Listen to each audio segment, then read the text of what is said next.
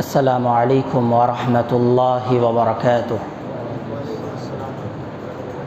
اشہد ان لا الہ الا اللہ واشہد ان محمدا عبدہ ورسولہ، اما بعد، ورضیت باللہ ربا وبالاسلام دینا وبمحمد نبیا۔ الحمدللہ کہ اللہ رب العالمین نے سیقول دوسرا پارہ ہمیں سننے کی توفیق عطا فرمائی۔ الحمدللہ کہ اللہ نے ہمارا روزہ مکمل کیا۔ بس اللہ سے دعا ہے کہ اللہ ہماری عبادتیں قبول فرمائے۔ اب ہم اپنے درس کی طرف لوٹ آتے ہیں۔ سورۃ الفاتحہ اللہ رب العالمین نے پورے کے پورے قرآن مجید کا نچوڑ اس میں پیش کیا ہے۔ سورہ فاتحہ، سورۃ البقرہ، اس میں یہودیوں کا تذکرہ کیا ہے۔ آج ہم نے جو پارہ سنا وہ پارے نمبر 2 سیقول السفہاء ہے۔ اس پارے میں اللہ رب العالمین نے جو شروعات کی وہ تحویل قبلہ کی ہے۔ پہلے کون سا قبلہ تھا مسلمانوں کا؟ کوئی ایک جواب دے۔ اب ہمیں جو ہے نا پورا سیریس نہیں بیٹھنے کا ہے، تھوڑا بات چیت بھی کرنا ہے۔ جو پہلا قبلہ تھا وہ کون سا تھا؟ مسجد اقصیٰ۔ مسجد اقصیٰ پر پہلے سے ہی یہود قبضہ کیے ہوئے تھے، نصارہ قبضہ کیے ہوئے تھے، اور نبی اکرم صلی اللہ علیہ وسلم کی چاہت تھی، خواہش تھی کہ یہ قبلہ تبدیل کر دیا جائے اور کعبۃ اللہ قبلہ بنا دیا جائے، اور یہ خواہش عمر بن خطاب رضی اللہ عنہ کی بھی تھی۔ اللہ رب العالمین نے حکم دیا کہ تم اپنے قبلے کو تبدیل کر لو، کعبۃ اللہ کو اپنا قبلہ بنا لو۔ عصر کی نماز کا وقت تھا، آواز لگانے والا، اعلان کرنے والا اعلان کرتا ہے کہ مسلمانوں تمہارا قبلہ تبدیل ہو گیا ہے۔ فوراً جو نماز میں تھے وہ مسجد اقصیٰ سے مسجد بیت الحرام کی طرف اپنا قبلہ تبدیل کر لیتے ہیں۔ تو اس سے کیا پتہ چلتا ہے؟ اللہ کا حکم آ جائے، رسول اللہ کا حکم آ جائے، ہم کسی بھی حالت میں ہو فوراً اس عمل کو کریں گے۔ صحابہ اکرام کر کے بتلائے ہیں۔ اس بارے میں خواتین کے بہت مسائل پیش کیے گئے ہیں۔ اس بارے میں رضاعت کے مسئلے کو پیش کیا گیا ہے۔ حاضرین اکرام، سب سے پہلے یہ جو سورہ بقرہ ہے نا، اس کی فضیلت سے ہم اپنی بات شروع کرتے ہیں۔ اس کی فضیلت یہ ہے کہ اپنے گھر کو قبرستان مت بناؤ۔ بہت سمپل بول دیے نا، ڈاؤٹ آتا، گھر میں ہم رہتے ہیں، ہم زندگی گزارتے، کیا قبرستان ہوگا ہمارا گھر؟ تو ہاں، دلیل کیا ہے؟ اللہ کے رسول صلی اللہ علیہ وسلم نے ارشاد فرمایا، ابو بکر صدیق رضی اللہ عنہ سے مروی ہے، فرماتے ہیں لا تجعلوا بیوتکم مقابر، تم اپنے گھروں کو قبرستان مت بناؤ، ان الشیطان ینفر من بیت الذی تقرأ فیہ سورۃ البقرہ، شیطان اس گھر سے بھاگ جاتا ہے جس گھر میں سورۃ البقرہ پڑھی جاتی ہے۔ الحمدللہ، جس گھر میں سورۃ الفاتحہ پڑھی جائے شیطان اس گھر سے بھاگ جاتا ہے۔ کیا آج ہمارے گھروں میں سورۃ البقرہ کی تلاوت کی جاتی ہے؟ کیا اہتمام کیا جاتا ہے؟ نہیں کیا جاتا۔ اس وجہ سے کیا ہوتا ہے؟ گھروں میں شیطانوں کا اثر آ جاتا ہے۔ کبھی بچوں پر جن حملہ کر دیتے ہیں، کبھی ماؤں اور بہنوں پر جنات کے اثرات آ جاتے ہیں۔ صحیح ہے غلط ہے؟ ایسا ہو رہا ہے۔ اس کا علاج کیا ہے؟ ہزاروں روپے خرچہ کرنے کا اسلام نے علاج ہی نہیں بتلایا، سیدھا سیدھا علاج ہے۔ ایسا ہونے سے پہلے سورۃ البقرہ پڑھ لو اپنے گھروں میں، آسان سا علاج ہے، لہٰذا ہمیں اسے اپنانا چاہیے۔ اس کے بعد اللہ رب العالمین نے نبی اکرم صلی اللہ علیہ وسلم کی شان، شوکت، مقام، مرتبے کو اس سورۃ البقرہ میں بتلایا ہے۔ اللہ رب العالمین ارشاد فرماتے ہیں کما ارسلنا فیکم رسولا منکم یتلو علیکم آیاتنا ویزکیکم ویعلمکم الکتاب والحکمہ ولم تکونوا تعلمون ما لم تکونوا تعلمون۔ یہ آیت جو اہم ہے، اسی پر آج ہماری بات ہوگی۔ وہ یہ ہے کہ اللہ رب العالمین ارشاد فرماتے ہیں کہ جیسا کہ اے مسلمانوں، اے یہودیوں، اے مشرکوں، اے کافروں، اے مومنوں، جیسا کہ کما ارسلنا، جیسا کہ ہم نے مبعوث کیا، ہم نے بھیجا تم میں ایک رسول کو، تمہیں میں سے، تم لوگوں میں سے ہی ہم نے ایک رسول کو تمہارے پاس بھیجا۔ وہ رسول کیا کرتے ہیں؟ یتلو علیکم آیاتنا، ہماری آیتوں کو تلاوت کر کے تمہیں سناتے ہیں، ویزکیکم، اور تمہیں گناہوں سے پاک بھی کرتے ہیں، ویعلمکم الکتاب والحکمہ، اور تمہیں کتاب اور حکمت کا علم بھی پہنچاتے ہیں، ما لم تکونوا تعلمون، اور وہ علم جو تم جانتے ہی نہیں وہ علم سکھلاتے ہیں۔ یہ نبی اکرم صلی اللہ علیہ وسلم کے صفات بتلائے گئے۔ وہ کیسے؟ ابراہیم علیہ السلام نے اصل میں یہ دعا کی ہے۔ کس نے؟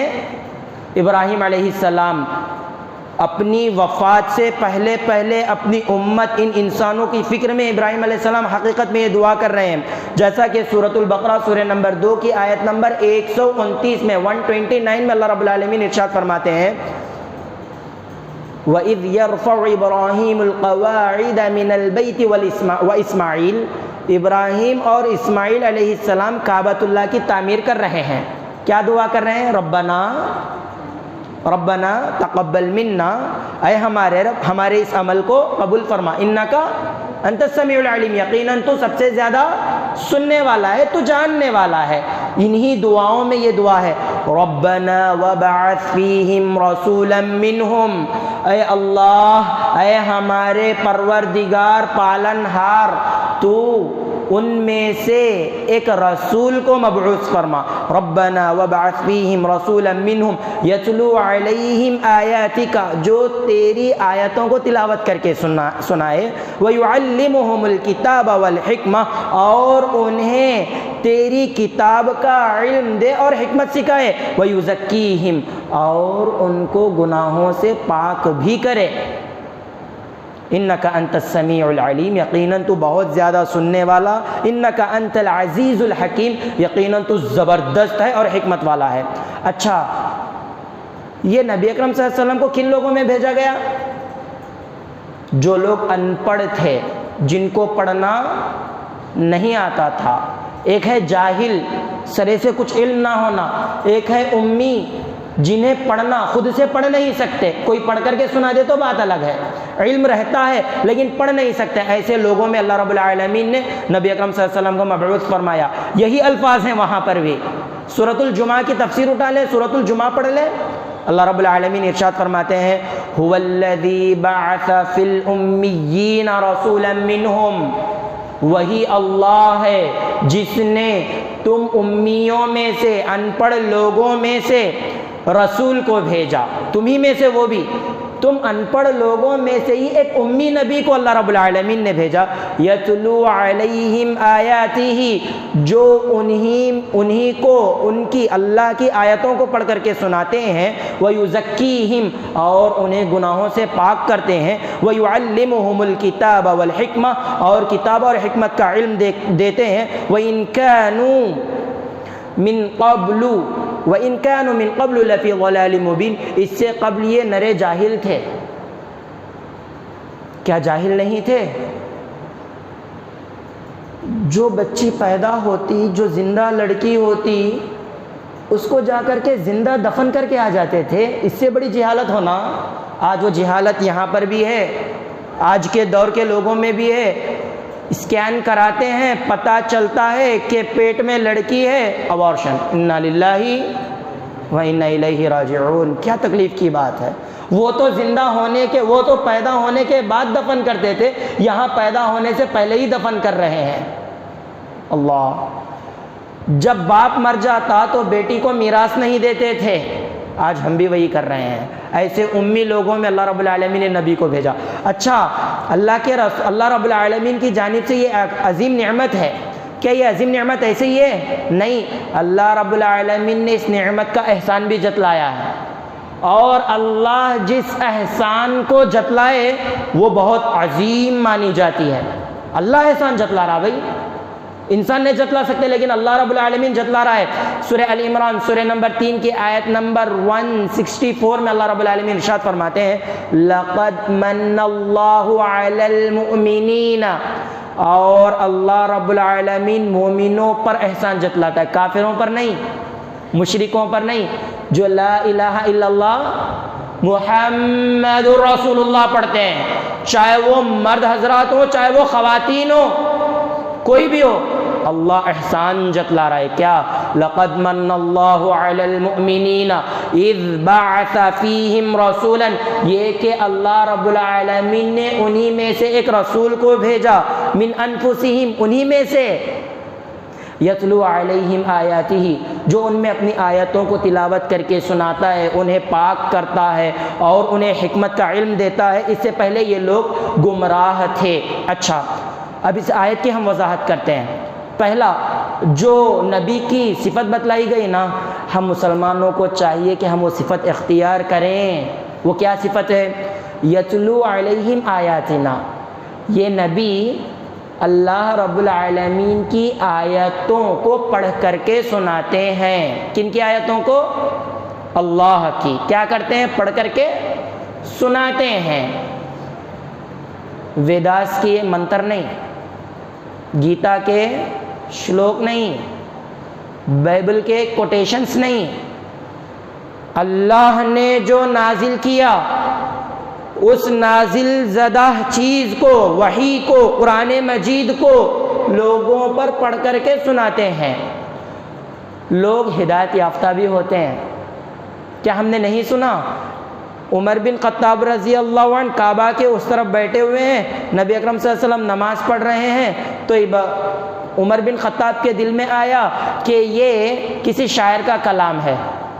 نبی اکرم صلی اللہ علیہ وسلم پڑھتے ہیں وَلَا بِقَوْلِ شَاعِرٍ، یہ شاعر کا کلام نہیں ہے۔ عمر بن خطاب تعجب زدہ ہوتے، ارے یہ میں تو دل میں سوچا تھا، ادھر انہوں زبان سے بولے یہ شاعر کا کلام نہیں۔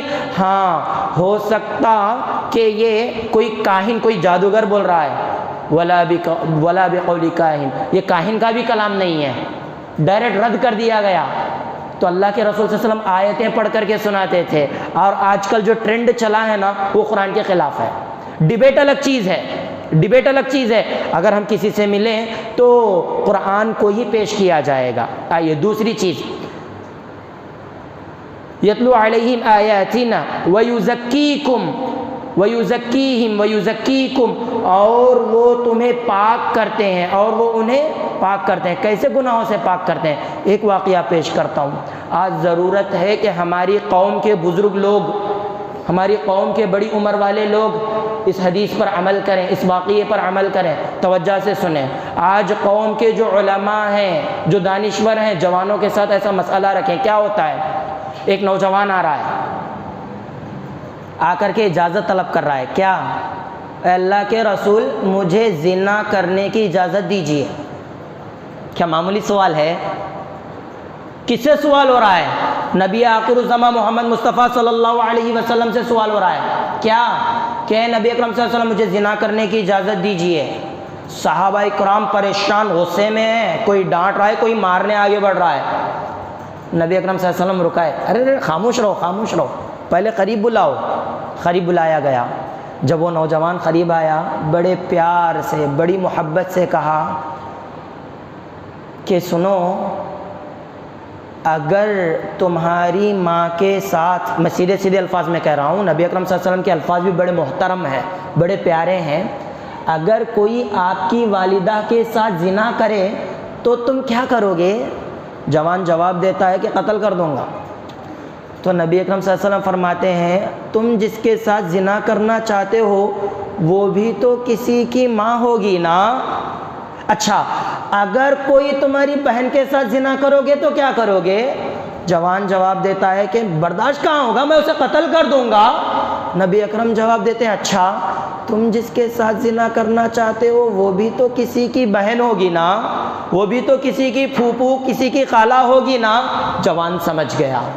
اللہ کے رسول صلی اللہ علیہ وسلم اس کے سینے پر ہاتھ رکھتے ہیں اور دعا دیتے ہیں کہ اللہ اسے ثابت قدم رکھ۔ اور وہ نوجوان کہتے ہیں کہ نبی اکرم صلی اللہ علیہ وسلم کی اس دعا کی وجہ سے میں کبھی زنا کے قریب تک نہیں گیا۔ سبحان اللہ۔ کیا آج یہ مسئلہ ہے؟ سعودی عرب کے ایک بہت بڑے عالم دین ہیں، یہ واقعہ کہہ کر کے بہت روتے ہیں۔ عثمان الخمیس یا صالح الفوزان کوئی ایک ہیں جن کا نام میرے ذہن میں نہیں، یہ واقعہ پیش کر کے بہت روتے ہیں اور کہتے ہیں کہ آج ہماری قوم کے جو بڑے لوگ ہیں ان کو چاہیے کہ وہ نوجوانوں کے قریب ہوں اور انہیں نصیحت کریں کہ یہ جوانی بہت قیمتی ہے، یہ ڈھل جائے گی تو نہیں آئے گی، بیٹا اس جوانی میں اپنی جوانی کی حفاظت کر لو۔ دیکھیے نبی اکرم صلی اللہ علیہ وسلم کس طریقے سے لوگوں کی اصلاح کرتے ہیں اور انہیں گناہوں سے پاک کرتے ہیں، دور کرتے ہیں۔ تیسرا وَيُعَلِّمُهُمُ الْكِتَابَ وَالْحِكْمَةَ، نبی اکرم صلی اللہ علیہ وسلم کتاب بھی سکھاتے ہیں اور حکمت بھی سکھاتے ہیں۔ کتاب یعنی قرآن مجید، حکمت کیا ہے؟ حدیث ہے۔ بہت سے لوگ انکار کرتے ہیں قرآن ہے کافی ہے، حدیث نہیں۔ حدیث یہ صحابہ اکرام اور درمیان کے لوگ ہیں، ڈاؤٹ ہے اس میں۔ اللہ کی قسم اگر کوئی حدیث کو ڈاؤٹ میں رکھے گا تو وہ اللہ رب العالمین کے خلاف جا رہا ہے۔ اِنَّا نَحْنُ نَزَّلْنَا الذِّكْرَ وَإِنَّا لَهُ لَحَافِظُونَ، ہم نے اس ذکر کو نازل کیا اور ہم ہی اس کی حفاظت کریں گے۔ ادھر ذکر کہا گیا، قرآن نہیں۔ قرآن کا ایک نام ذکر ہے، نبی اکرم صلی اللہ علیہ وسلم کی حدیث کا ایک نام بھی ذکر ہے، تو اللہ رب العالمین نے حفاظت کا ذمہ لیا ہے، حدیثوں میں ڈاؤٹ نہیں ہے۔ جو ضعیف ہے الحمدللہ اللہ نے ایسے لوگوں کو پیدا کیا جو ضعیف کو الگ کر دیں۔ تو حاضرین اکرام، نبی اکرم صلی اللہ علیہ وسلم کی یہ چیز رہی ہے۔ اچھا، اس ایک آیت سے ایک اہم چیز نکلتی ہے۔ بعض لوگ کہتے ہیں نبی اکرم صلی اللہ علیہ وسلم نور کے ہیں، سنیں ہیں آپ، نبی اکرم صلی اللہ علیہ وسلم نور کے ہیں۔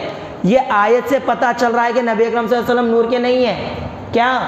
لَقَدْ مَنَّ اللَّهُ عَلَى الْمُؤْمِنِينَ إِذْ بَعَثَ فِيهِمْ رَسُولًا، تمہیں میں سے، مومنوں کو کہہ رہا ہے، مشرکین کو کہہ رہا ہے کہ امیوں میں سے، مشرکین مکہ کو کہہ رہا ہے کہ جو تم امی ہو نا، تم ان پڑھ ہو نا، تم ان پڑھ لوگوں میں سے ہی ایک نبی کو نکالے۔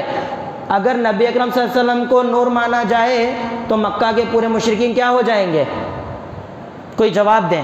اگر نبی اکرم صلی اللہ علیہ وسلم کو ہم نور مانیں گے تو تمام مشرکین کیا ہو جائیں گے؟ نور کے ہو جائیں گے، کیونکہ اللہ کہہ رہا ہے نا تمہیں میں سے ایک رسول کو نکالا، امیوں میں سے ایک رسول کو نکالا، اور نبی اکرم صلی اللہ علیہ وسلم نور نہیں ہے۔ یہ آیت واضح انداز میں اس چیز کا جواب دے رہی ہے۔ حاضرین اکرام، اب ہم اور آگے بڑھتے ہیں، وہ یہ کہ اللہ رب العالمین نے اس میں ایک ذکر کیا ہے۔ اس کے بعد ایک آیت ہے، اذا اصابتهم من مصیبت،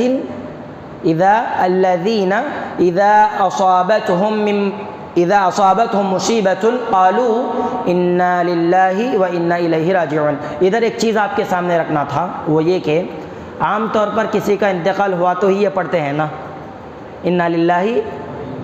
کیا ایسا ہی ہے؟ کسی کا انتقال ہو تو ہی یہ پڑھے؟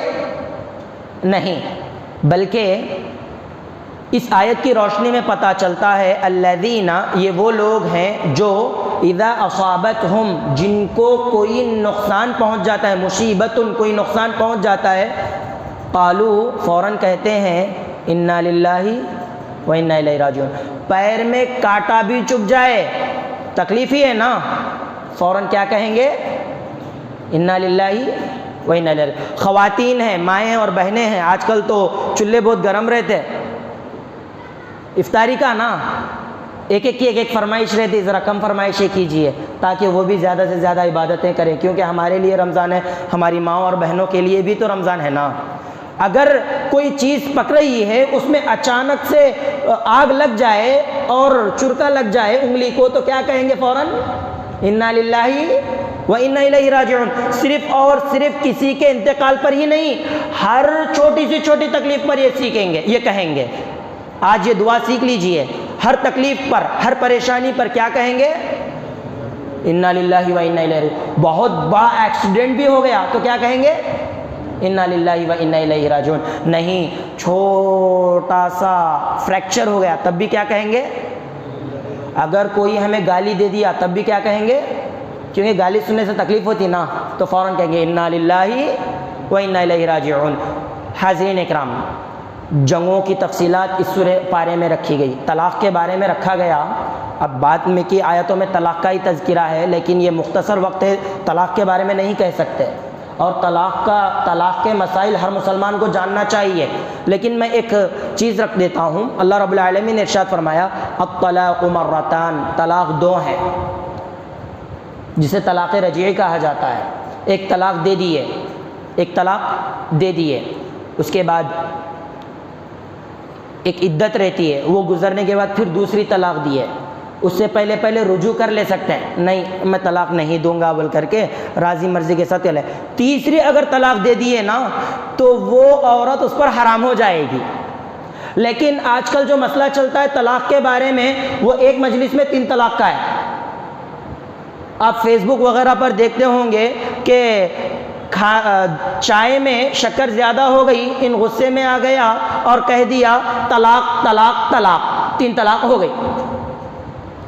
کوئی بھی لڑائی لڑ رہے تھے، غصے میں ہے، فوراً طلاق طلاق طلاق، طلاق ہو گئی۔ یہ اسلام میں نہیں ہے، حرام ہے یہ۔ ارے مرد کو حق دیا گیا طلاق کا، وہ اس لیے کیونکہ مرد حضرات پورا سوچ سمجھ کر کے، تمام دنیا کے حال چال کو سامنے رکھ کر کے، پورے مسائل کو دیکھ کر کے طلاق دیں گے، چپ ایسے ہی نہیں۔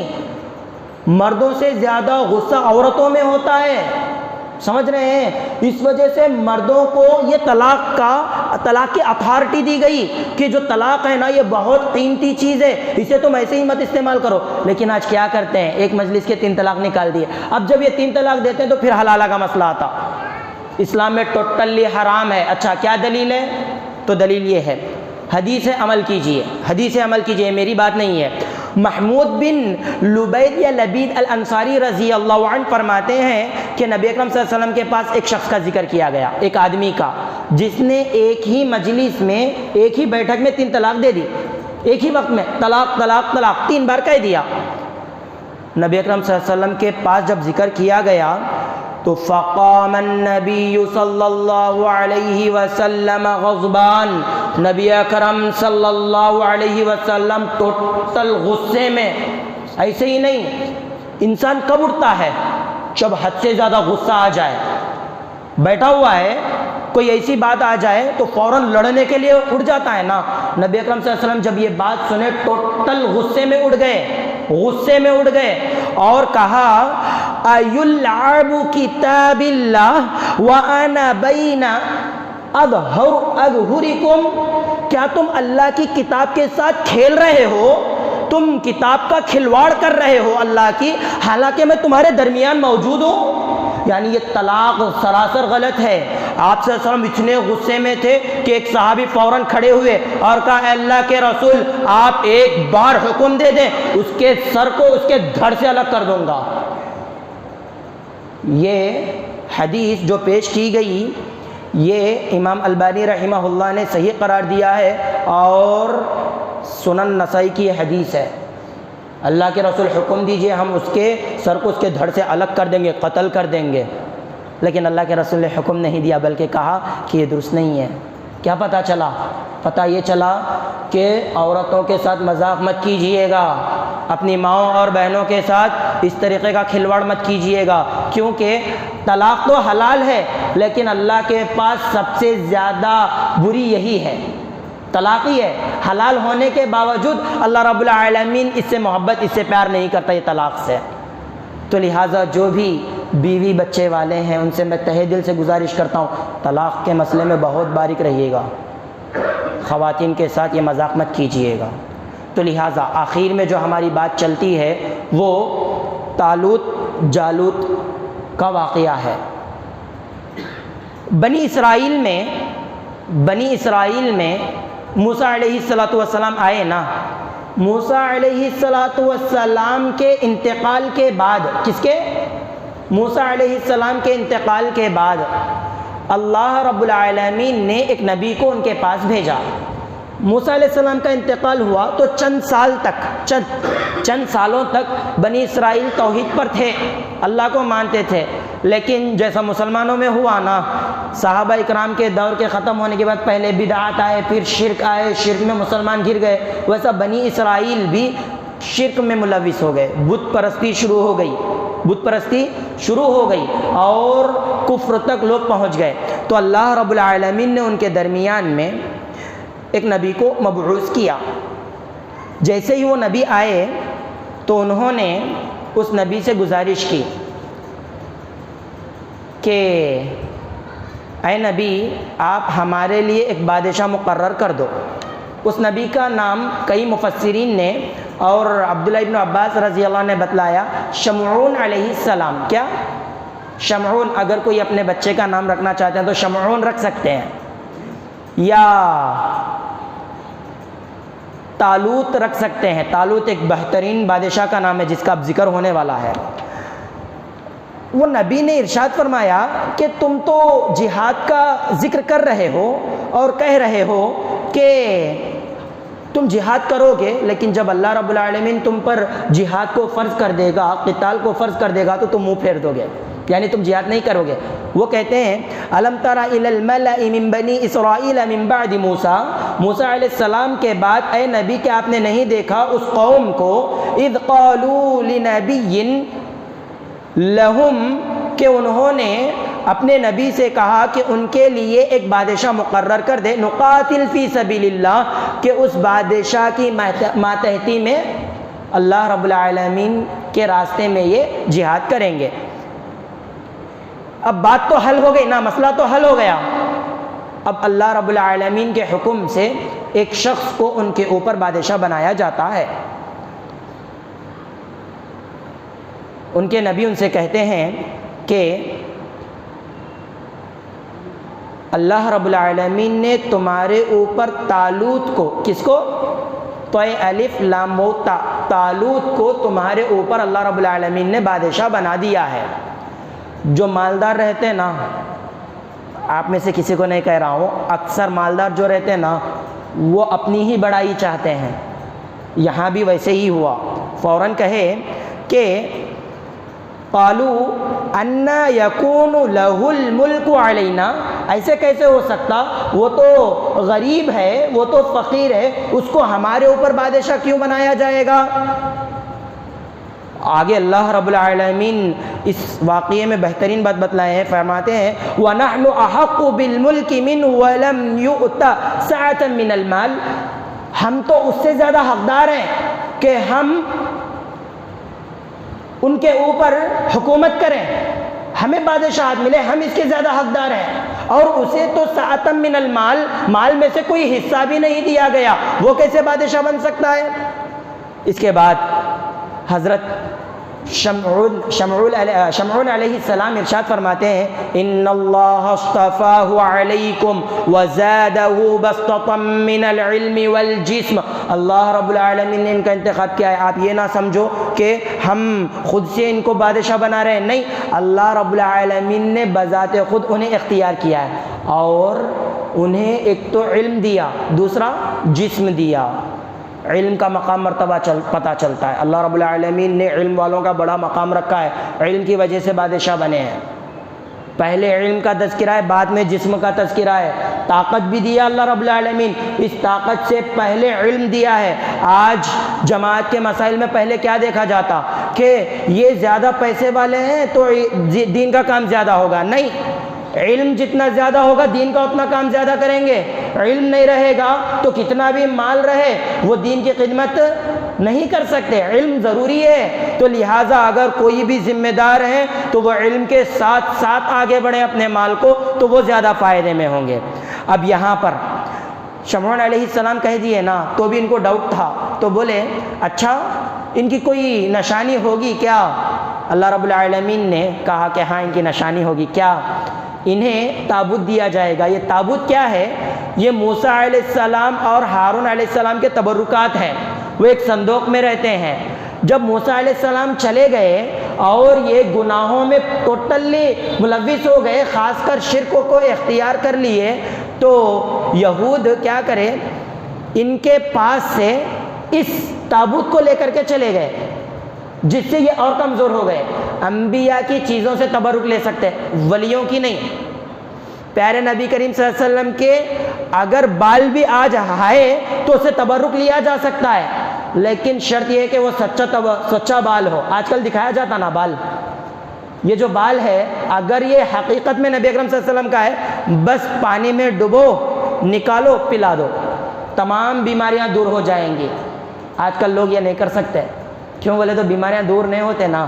تو لہٰذا پتہ یہ چلا کہ بنی اسرائیل کو ایک تابوت دیا گیا تھا جس میں موسیٰ علیہ السلام اور ہارون علیہ السلام کے تبرکات تھے، لیکن یہ لوگ جب شرک میں چلے گئے اور گناہوں میں مل گئے تو ان کے پاس سے یہ تبرک چھین لیا گیا تھا. تو اس طالوت علیہ السلام جو بادشاہ ہیں، ان کی نشانی بنائی گئی کہ خود فرشتے اس تابوت کو لے کر کے حاضر ہوں گے اور ان کے سامنے رکھیں گے.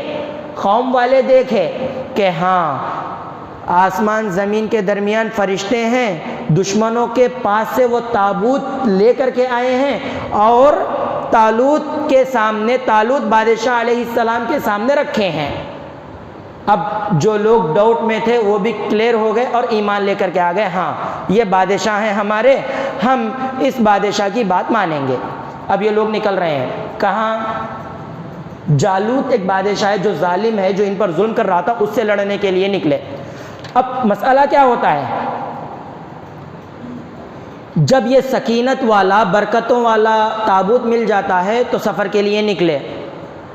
اللہ رب العالمین بغیر آزمائشوں کے لوگوں کو نہیں چھوڑتا. آج بھی ہمارے لیے آزمائش ہے. کیا؟ ایک طرف حکومت ہے، کون سی آپ جان سکتے ہیں. ایک طرف حکومت ہمارے لیے آزمائش ہے، تو ایک طرف دھوپ ہمارے لیے آزمائش ہے. دھوپ کا مہینہ نا، رمضان اسی مہینے میں چل رہا ہے نا، دھوپ ہمارے لیے آزمائش ہے. تو ایک طرف خود بھوک ہمارے لیے آزمائش ہے. اگر انسان کے لیے کھانے کے لیے کھانا نہ ہو تو وہ اپنا ایمان بھی بیچ دیتا ہے صرف 2 ٹکڑوں کے لیے، 2 روٹیوں کے لیے. ان کے لیے بھی ایک آزمائش رکھی گئی. وہ کیا؟ طالوت علیہ السلام فرماتے ہیں کہ اب ہمارے درمیان میں ایک نہر آئے گی. عبداللہ ابن عباس رضی اللہ عنہ فرماتے ہیں کہ وہ نہر، وہ جو سمندر ہے، وہ جو ندی ہے، اس کا نام نہر شریعت کہا جاتا ہے، اس کا نام ہے، اور یہ اردن اور فلسطین کے درمیان میں ہے. طالوت علیہ السلام فرماتے ہیں کہ اب آپ کے سامنے ایک نہر آئے گی، جو شخص اس سے پانی پی لے گا وہ ہم میں سے نہیں. جو شخص بھی پانی پی لے گا اس نہر کا، پیاس بہت لگے گی نا. اب انسان کی فطرت بھی ہے، جب پانی کو دیکھے گا تو اور زیادہ پیاس لگے گی. اب آپ روزہ ہیں نا، کل سے غور کریں، پانی سامنے رکھیں آپ کو پیاس اور زیادہ لگے گی. یہ انسان کی فطرت ہے. ان کے لیے بھی یہی آزمائش رکھی گئی. نہر سامنے، پانی نہیں پینا. پہلے ہی آگاہ کر دیے. اللہ رب العالمین آزمائش سے پہلے ہی اس کی وضاحت کر دیتے ہیں کہ یہ آزمائش آنے والی ہے، تو لہٰذا آگاہ کر دیا گیا. لیکن جب وہ نہر آئی، اللہ ہمیں ہدایت دیا. اللہ سے دعا کریں کہ اللہ ہماری ہدایت آخری سانس تک برقرار رکھے.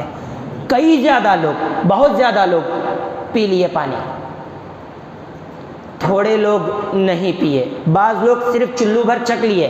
جو چکھ لیے تھے اللہ رب العالمین کو معاف کر دیا، ان کو کوئی پکڑ نہیں ہوگی. جو اچھا خاصا پی لیے، نہر پار کرنے کے بعد کھلم کھلا کہہ دیے کہ اب ہمارے پاس طاقت نہیں، اب ہم جالوت سے مقابلہ نہیں کر سکتے، اس سے لڑ نہیں سکتے، اور وہاں سے پلٹ کر کے آ گئے. اس سے کیا بات پتہ چلتی ہے پتہ ہے؟ اگر قرآن اور حدیث کی مخالفت کی جائے گی تو انسان بزدل بن جاتا ہے. کیا؟ میں دو کھلے الفاظ میں کہتا ہوں، آج مسلمان بزدل ہیں، آج مسلمان کمزور ہیں، آج مسلمان کمبخت ہوتے جا رہے ہیں. وجہ کیا ہے؟ قرآن اور حدیث کی مخالفت کر رہے ہیں. اگر ہم قرآن اور حدیث کی مخالفت کریں گے تو کیا ہو جائیں گے؟ بزدل ہو جائیں گے. ہمارے دلوں کی ہمت ٹوٹ جائے گی. ہوا بھی یہی. برحمن فمن شرب منہ فلیس منی، جس نے اس میں سے پیا وہ ہم میں سے نہیں ہے. لہٰذا اب اور آگے بڑھے. اور جو مومن بھی تھے، آگے بہت بڑا لشکر تھا جالوت کا، تو اس لشکر میں وہ اس جالوت کے لشکر کو دیکھ کر کے وہ پست ہمت ہو گئے. تو ان میں سے جو بڑے لوگ تھے وہ لوگ کہے کم من فئۃ قلیلۃ برزوا، کم من فئۃ قلیلۃ غلبت فئۃ کثیرۃ باذن اللہ. وہ لوگوں کو ابھارنے لگے کہ کتنے ہی کم تعداد کے لوگ کم تعداد کے لوگ ایسے ہیں جو بڑی تعداد کے لوگوں پر غلبہ پا لیے۔ جنگ بدر میں نہیں دیکھے کتنے تھے؟ 300 کتنے تھے؟ نہیں، اب آپ کی آواز ذرا آگے، تو آخری بات ہے میری، ختم کر دیتا ہوں۔ کتنے تھے؟ 313 تھے۔ سامنے کتنے تھے؟ 1000 تھے۔ جیتے نہیں جیتے؟ عبداللہ ابن عباس اور کئی صحابہ بتلاتے ہیں کہ جنگ بدر میں شامل ہونے والے صحابہ کی تعداد طالوت علیہ السلام کے ساتھ شامل ہونے والے مومنوں کی تعداد کے برابر تھی، یعنی وہ بھی 313 تھے، یہ بھی 313 تھے۔ یہ کہتے ہیں کہ کئی ایک کم تعداد والے لوگ ہیں جو زیادہ تعداد والے لشکر پر بھاری پڑتے ہیں بإذن اللہ، اللہ کے حکم سے۔ اور آج بھی کہتے ہیں ہم اہل حدیثوں کو، تمہاری تعداد کتنی ہے؟ دیکھیے، کم تعداد والے ہی عام طور پر حق پر ہوتے ہیں، لیکن تعداد اسلام میں معیار نہیں ہے۔ تعداد زیادہ ہے تو ہی حق پر ہیں، تعداد کم تو ہے تو ہی حق پر ہے، ایسا نہیں ہے۔ حق پر وہ ہے جس کو اللہ رب العالمین نے حق پر رکھا ہے، اور حق پر وہ نہیں جس کو اللہ رب العالمین نے صحیح طور پر علم نہیں دیا۔ اب آخر میں جالوت کے درمیان میں مقابلہ ہوتا ہے، جالوت کو اللہ رب العالمین ہرا دیتا ہے، طالوت علیہ السلام کو اللہ رب العالمین جتا دیتا ہے۔ اچھا، جالوت جو ظالم بادشاہ ہے، اس کو قتل کس نے کیا؟ جو کہے گا اس کے لیے میری طرف سے انعام رہے گا انشاءاللہ۔ جالوت کو قتل کرنے والے نبی کا نام بتلائیے جی۔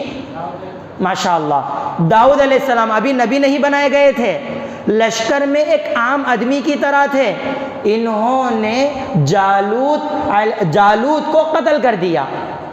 داؤد علیہ السلام نے جالوت کا قتل کر دیا، تو پتہ یہ چلا کہ اللہ رب العالمین کام کسی سے بھی لے سکتا ہے۔